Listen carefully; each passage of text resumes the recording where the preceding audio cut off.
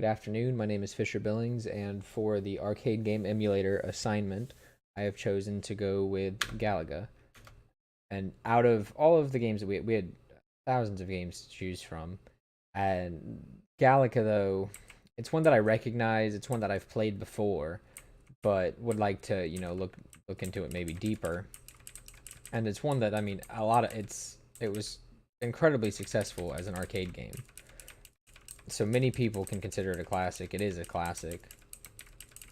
But right off the bat, I notice all of the bright colors, all the different enemies have different colors, and certain enemies, which I believe it's green to blue, there might be other color variations of it, that in order to kill them, you have to hit them twice, and they'll change colors to indicate that you have to hit them again, and I am not the best at this game, as you can see. But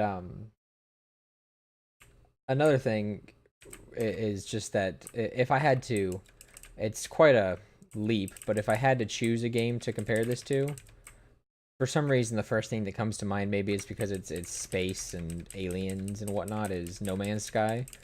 Probably newer No Man's Sky rather than on release No Man's Sky. But I mean, both games involve ships, both games involve flying.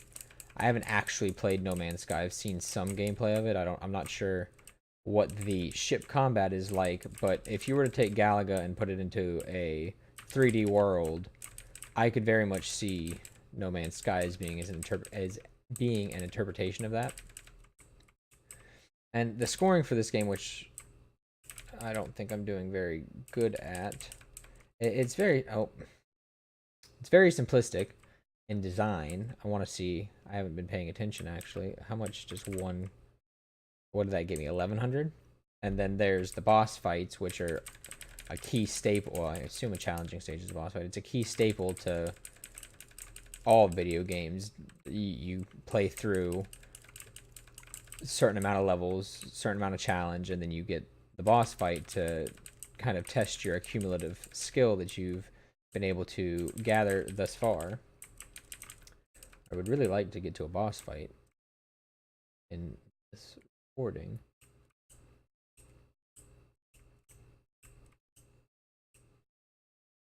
Now, I mean, if something like this were to be released in today's day and age, I would have to.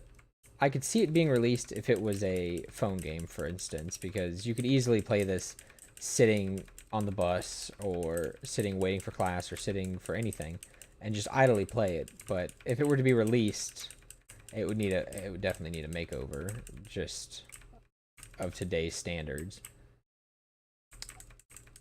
But in total, I mean, even to this day, it's widely played. I'm sure you can go out and find an arcade machine. I know at places like Dave and Buster's and maybe even Chuck E. Cheese have various versions of Galaga that you can play. That, I believe, concludes my gameplay and opinion of Galaga. Thank you for watching.